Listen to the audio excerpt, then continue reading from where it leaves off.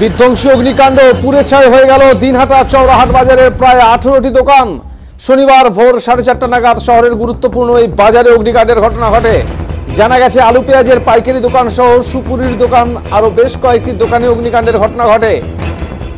ব্যবসায়ী সমিতি সূত্রে জানা গেছে প্রায় 18টি দোকান ক্ষতিগ্রস্ত হয়েছে। অগ্নিকাণ্ডের খবর পেয়ে দমকলের 4টি ইঞ্জিন ঘটনাস্থলে এসে পৌঁছায়। পাশাপাশি খবর পেয়ে ভোরেই ঘটনাস্থলে এসে পৌঁছান উত্তরবঙ্গ উন্নয়ন মন্ত্রী উদয়ন গুহ, দিনহাটা পৌরসভার পৌর প্রধান অপর্ণা দে নন্দী সহ পৌরসভার কাউন্সিলররা, পাশাপাশি দিনহাটা মহকুমার ব্যবসায়ী সমিতির সম্পাদক রানা গোস্বামী, অন্যতম ব্যবসায়ী সমিতির অন্যতম সদস্য নারায়ণ সাহা সহ অন্যান্যরা এসে পৌঁছান। বিধ্বংসী অগ্নিকাণ্ড দিনহাটা চৌরাহাট বাজারে।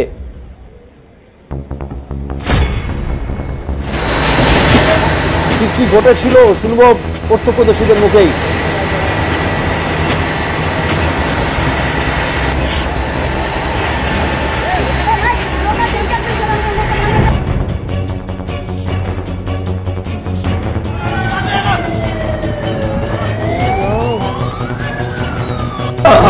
আমার দোকান করছে। কিসের দোকান ছিল আপনার? সুপারির দোকান, সুপারির দোকান, আলু সুপারি। আপনি কখন জানতে পারলেন? এখন রাত্রি 4টায় জানতে পারলাম। কতটা ক্ষতি হয়েছে? আমার তো পুরাটাই শেষ, আমার তো পুরাটাই শেষ। মাল ছিল সেখানে? হ্যাঁ, কত টাকার মাল ছিল ওখানে? মোটামুটি ধরেন আপনার 2.5 লক্ষ টাকা, 3 লক্ষ টাকার মতন মাল ছিল। আমার দোকান করছে। কিসের দোকান ছিল আপনার? সুপারির দোকান,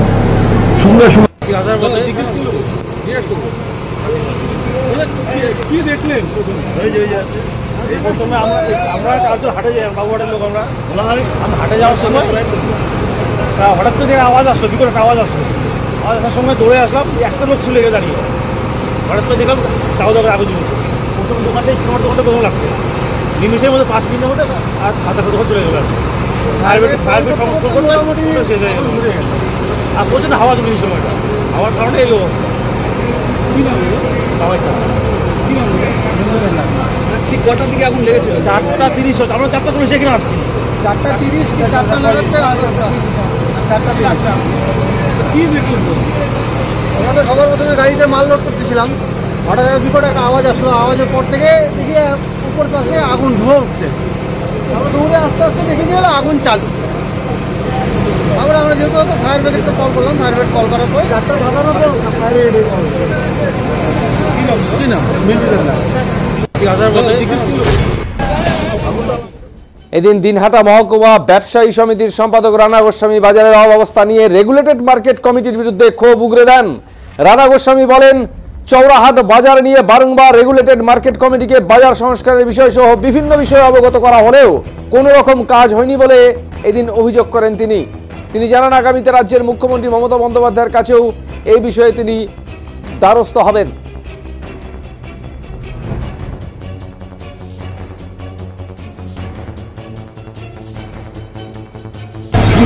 দুঃখজনক ঘটনা, তবে ঈশ্বরের আশীর্বাদ যে দিনহাটা চৌরাহাট বাজার পুরো সাফ হওয়ার থেকে বেঁচে গেল আজকে।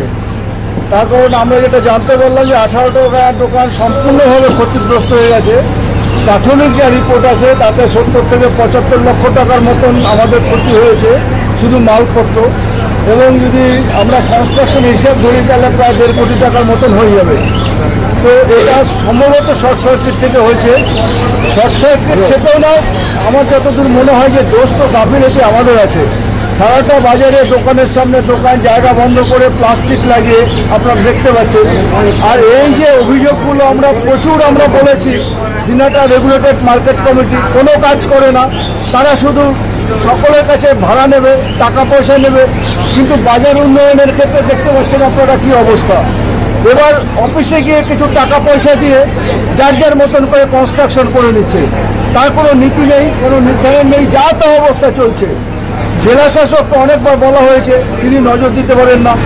আমরা এর মধ্যে চিন্তা ভাবনা করেছি, আজকে মন্ত্রীকে আমি বলেছি যে আপনাকে নজর দিতে হবে।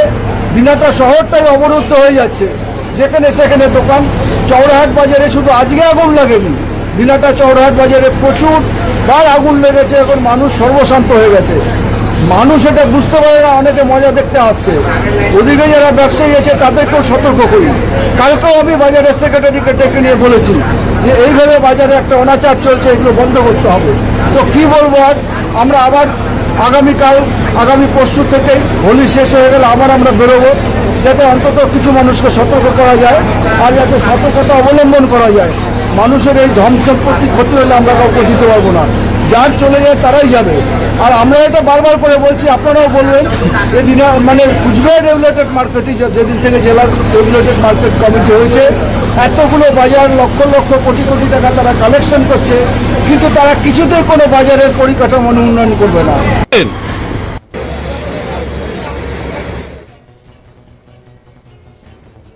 অন্যদিকে উত্তরবঙ্গ উন্নয়ন মন্ত্রী উদয়ন গুহ বলেন, ক্ষতিগ্রস্ত ব্যবসায়ীদের সব রকমভাবে সহযোগিতা করা হবে। একই কথা জানান দিনহাটা পৌরসভার পৌরপ্রধান অপর্ণা দে নন্দী। কি জানিয়েছেন মন্ত্রী এবং পুরপ্রধান শুনবো।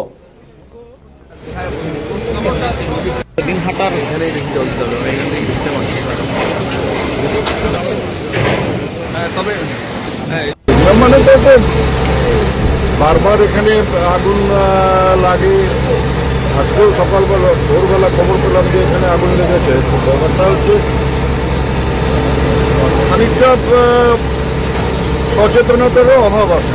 যেভাবে একটা দোকানের গায়ে একটা দোকান, কোনো জায়গা নেই, তারপরে খাদ্য পদার্থ বিশেষ করে পলিথিনকে ব্যবহার করা হয় এমনভাবে যে আগুন লাগলে সেই আগুন ছড়িয়ে যাওয়ার সম্ভাবনা থাকে, এবং সেটা তো আজকে দেখাও গেল।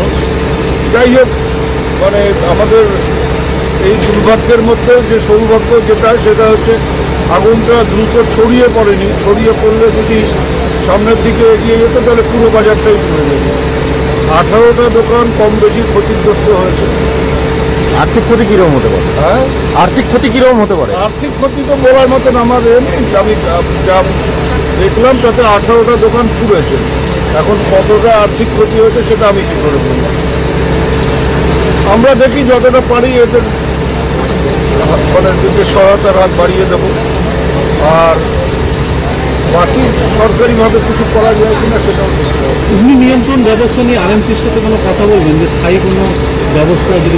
না, আগুন নেভানোর ক্ষেত্রে মানে ফায়ার ব্রিগেডের কোনো গাফিলতি আছে বলে কেউ কোনো কমপ্লেন করেনি, বা তারা তৎপরতার সাথে কাজ করে আগুন যাতে ছড়িয়ে না পড়ে তার বন্দোবস্ত করেছে। ফায়ার ব্রিগেড নিয়ে কারো কোনো অভিযোগ আমি এখানে এতক্ষণ আছি কেউ করেনি। তারা সময় মতো এসবে এবং মানে তৎপরতার সাথে কাজ করছেন। ব্যবসায়ীদের কোনো সাহায্যের আশ্বাস? বললাম তো যে আমি 11টার সময় 18 জনকে ডেকেছি। আমরা চেষ্টা করব যতটা আর্থিক সহায়তা এদের থেকে দেওয়া যায়, সেটা মানে সাময়িক যে ক্ষতিটা হয়েছে খানিকটা দোকানটাকে দাঁড় করাবার ক্ষেত্রে যেটুক দরকার সেটা হয়তো আমরা করবার চেষ্টা করব, কিন্তু কার কত আর্থিক ক্ষতি হয়েছে সেটা বের করে তার সমাধান করার ক্ষমতা আমার নেই, কিন্তু যতটা পারবো আর্থিক সহায়তা করবো। মানে তো এসে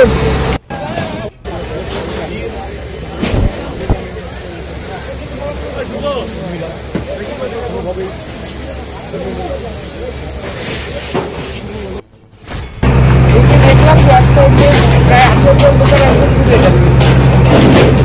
এটা খুব খারাপ লাগলো যে এইভাবে হঠাৎ কীভাবে আগুন লাগলো তার একটা খোঁজ করতে হবে, এবং আগুনটা বলেই গেলেন যতটা সম্ভব আমরা ওদের আর্থিক সাহায্য করবো। পুরোপুরি হয়তো পারবো না, যাতে কোনো মতো ওরা দোকান নিয়ে করে খেতে পারে সেই ব্যবস্থা আমরা করবো। এদিকে মনে করা হচ্ছে শর্ট সার্কিট অগ্নিকাণ্ডের ঘটনা ঘটেছে, তবে কি থেকে এই আগুন লাগলো তা এখনো স্পষ্ট নয়। বিষয়টি নিয়ে দমকলের আধিকারিক জানান, খবর পাওয়া মাত্রই দমকলের ইঞ্জিনগুলি ঘটনাস্থলে এসে পৌঁছায়। এদিকে বাজার ব্যবসায়ী সমিতি সূত্রে জানা গেছে ক্ষতিগ্রস্তের পরিমাণ প্রায় কোটি টাকার বেশি বলে অনুমান করছেন স্থানীয়রা।